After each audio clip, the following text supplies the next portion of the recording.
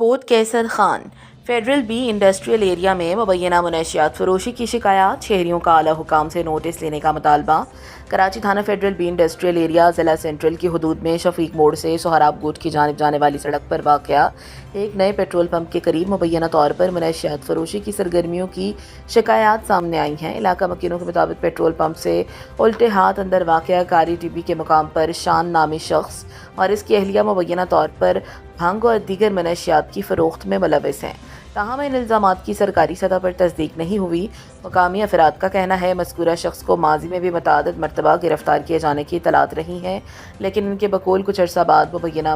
دوبارہ سرگرمیاں شروع ہو جاتی ہیں۔ شہریوں کے مطابق اس صورتحال کے باعث نوجوان نسل منفی اثرات کا شکار ہو رہی ہے اور علاقے میں تشویش پائی جاتی ہے۔ علاقہ مکینوں کا کہنا ہے انہوں نے اس معاملے سے متعدد بار متعلقہ پولیس حکام کو آگاہ کیا، مبینہ مقام کی نشاندہی بھی کی، تاہم ان کے بقول اب تک مستقل اور مؤثر کارروائی دیکھنے میں نہیں آئی۔ بعض شہریوں کا دعویٰ ہے کہ متعلقہ افسران نے انہیں بتایا کہ کارروائی کے لیے اعلیٰ حکام کی ہدایات درکار ہیں۔